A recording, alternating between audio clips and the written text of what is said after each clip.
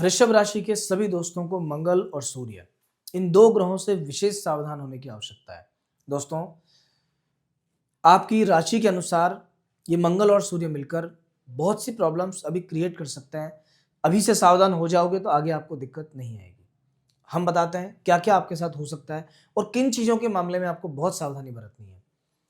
तो देखिए, सबसे पहले वृषभ राशि के लिए, वृषभ राशि के सभी व्यक्तियों के लिए मंगल सप्तमेश होकर मार्केश बन जाते हैं। मार्केश होने के बाद में कहीं ना कहीं हेल्थ से जुड़ी परेशानियां देते ही देते हैं। इधर सूर्य जो है ये चतुर्थ भाव के कारक है, हृदय रोग को सूचित करते हैं। जब ये दोनों ग्रह एक साथ अष्टम भाव में विराजमान हो गए यहाँ पे आपकी राशि के अनुसार, तो कहीं ना कहीं ये हार्ट से जुड़ी डिजीज दे सकते हैं, गर्मी की प्रॉब्लम क्रिएट कर सकते हैं, ऑपरेशन की नौबत आ सकती है, गुस्सा बहुत बढ़ा सकते हैं, सडन गुस्सा आ जाए और किसी से झगड़ा हो जाए आपका और बाद में वो झगड़ा किसी बड़े प्रॉब्लम में कन्वर्ट हो जाए, ऐसा भी हो सकता है। तो ध्यान रखना, जोश में होश बिल्कुल नहीं खोना है आपको, सावधानी बरतनी है। सूर्य मंगल का विशेष ध्यान रखते हुए, मंगल देवता 12वें घर के भी मालिक है। 12वें घर के मालिक होने से ये अनावश्यक खर्चा करवा सकते हैं कि बैठे बिठाए पैसा किसी को दे दिया और पैसे का लॉस हो गया। तो जो भी इन्वेस्टमेंट करना है सोच समझ के, ज्यादा लालच के चक्कर में कोई भी ऐसा स्टेप नहीं उठाना है जो आगे जाके आपको पछताना पड़े। तो ये तो है मंगल और सूर्य का फल। अब आप कहेंगे इस परेशानी से बचा कैसे जाए। तो देखिए, मुख्य रूप से जो इसका इफेक्ट आ रहा है वो आ रहा है स्वास्थ्य पर। स्वास्थ्य की परेशानियों में पॉजिटिव रिजल्ट के लिए सबसे अच्छा होता है प्रतिदिन महामृत्युंजय मंत्र की एक माला आप शुरू कर दो। अगर एक माला आपसे नहीं होती तो केवल 27 बार अपनी उंगलियों पर गिनकर 27 बार महामृत्युंजय भी नहीं, केवल मृत्युंजय मंत्र ओम त्र्यंबकम यजामहे सुगंधिम पुष्टिवर्धनम उर्वारुकमिव बंधनान मृत्योर्मुक्षीय मामृतात्, केवल इस मंत्र का आप 27 बार जप करना शुरू कर दो। अगर आपको पहले से कोई हेल्थ इश्यूज हैं तो महीने भर में आपको ऐसा लगेगा जैसे पहले के कंपैरिजन में आप ठीक हो रहे हैं। और इन केस इस वीक में भी कुछ समस्याएं आती हैं तो अपने आप वो टल भी जाएंगी और ऐसा आपको फील होगा, आपको लगेगा कि कोई दुर्घटना हो सकती थी पर वो नहीं हुई, क्योंकि 8th हाउस में सूर्य मंगल का काम दुर्घटना भी है। कभी कभी ये हड्डियों से जुड़ी प्रॉब्लम्स भी देते हैं कि हड्डियों में परेशानी कर देना, हड्डी में चोट लग जाना, ये सब। तो सबसे पहले जो इस वीक का पहला सजेशन आपको है वो है स्वास्थ्य की रक्षा। स्वास्थ्य का ध्यान रखिए, वरना ये जो अष्टम भाव में दो ग्रहों का योग है ये आपको परेशान कर सकता है।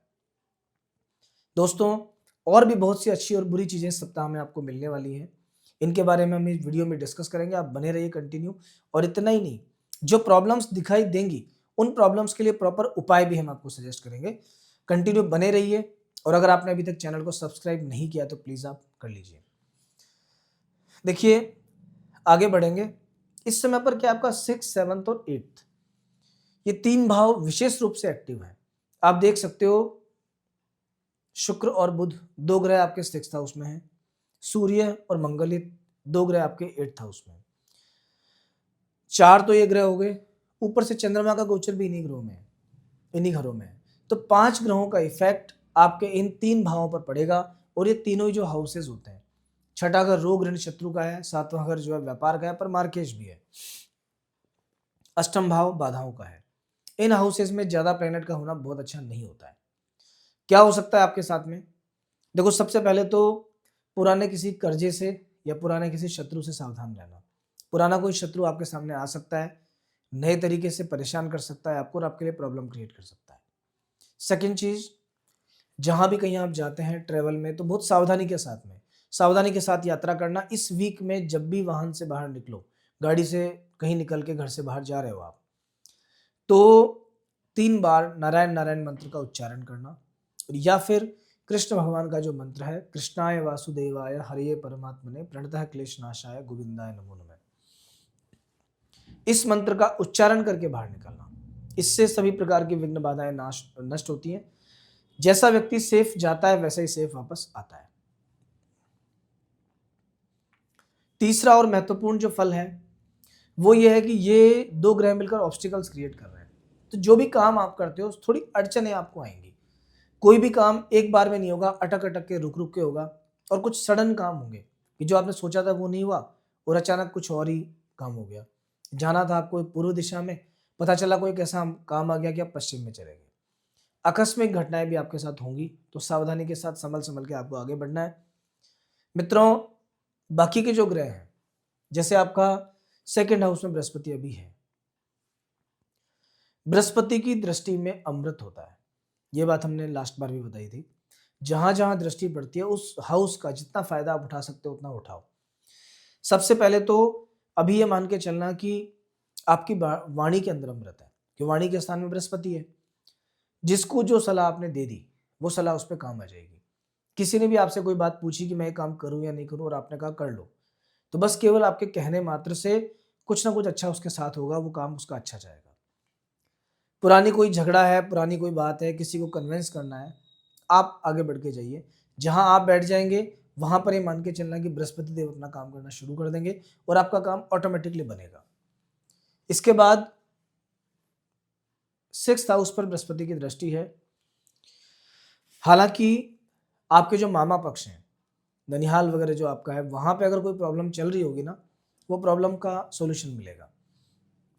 आपके ननिहाल में आपके जो भाई बहन और हैं, मामा के लड़के, मौसी के लड़के, बच्चे, उनमें से किसी के भी शादी विवाह में अगर कोई दिक्कत आ रही है तो आप देख लेना आने वाले 4-5 महीनों में, अप्रैल मई से पहले पहले कोई ना कोई शुभ कार्य होना है, और वो होगा ही होगा। क्यों होगा? क्योंकि बृहस्पति 6th हाउस पर दृष्टि डाल के ननिहाल पक्ष की तरफ कोई ना कोई शुभ कार्य दिखा रहे हैं। 8th हाउस पर बृहस्पति की दृष्टि है और धन के स्थान में बैठे हुए बृहस्पति की दृष्टि है। और ऐसा ही नहीं, बृहस्पति लाभ स्थान के भी मालिक है। तो अगर कोई एंसेस्ट्रल प्रॉपर्टी को लेकर विवाद चल रहा है, किसी पैतृक संपत्ति को लेकर आपका झगड़ा चल रहा है, कोई वाद विवाद चल रहा है किसी के साथ में, कोई कोर्ट केस चल रहा है, ये समय बहुत परफेक्ट है, बहुत अच्छा है। इस समय पर आप प्रयास करो, आपका काम बनेगा, किसी न किसी तरीके से आपको राहत मिलेगी और हो सकता है वो चीज़ें आपके पक्ष में जाने का योग बन जाए अपने आप। अभी नौकरी को लेकर भी समय बहुत अच्छा है। अगर आपको बहुत लंबे समय से इंतजार था कि मैं कोई जॉब चेंज करूं, ये परफेक्ट टाइमिंग है। इस समय पर अगर आप अपनी एक टीम बनाते हैं, कोई भी, भले ही आप गवर्नमेंट सर्विस में हो या प्राइवेट सेक्टर में हो, तो कुछ बहुत शानदार बंदे आपके साथ जुड़ सकते हैं जो आपके काम को बढ़ा दें, दिन दुना और रात चौगुना कर दें। आपको थोड़ा सा डिसीजन अच्छा लेकर के आगे बढ़ने की आवश्यकता है। ओवरऑल फिलहाल आपका समय बहुत अच्छा है, ज़्यादा प्रॉब्लम्स नहीं है, थोड़ा संभल के चलना है केवल आपको स्वास्थ्य के मामले में, बाकी चीज़ों में आपको अच्छे फल मिल रहे हैं। आने वाले वीक की अगर मैं बात करूं, 15 तारीख से 21 तारीख दिन कैसे जाएंगे, तो देखिए शुरुआत जो है, सप्ताह की शुरुआत रहेगी आपके लिए ठीक ठाक, लाभ भी मिलेगा, हानि भी मिलेगी, लेकिन फिर भी ओवरऑल कोई ऐसी विशेष परेशानी नहीं है। शांति के साथ आपका दिन निकल जाएगा। अगर आपको कोई इन्वेस्टमेंट इस वीक में करना है स्पेशली, वैसे मेरा सजेशन आपको यह है कि नेक्स्ट वीक पे जाइए, इस वीक में नहीं करना। अभी चंद्रबल नहीं है, अभी अमावस के नजदीक का समय, चंद्रमा के पास ताकत नहीं है, पर फिर भी करना है आपको अगर, तो ये जो स्टार्टिंग के डेज है 15 और 16, ये बेस्ट दिन है। इन 2 दिनों के अंदर आप कोई भी इन्वेस्टमेंट करो, उसका रिजल्ट आपको आगे जाके अच्छा निकल के आएगा।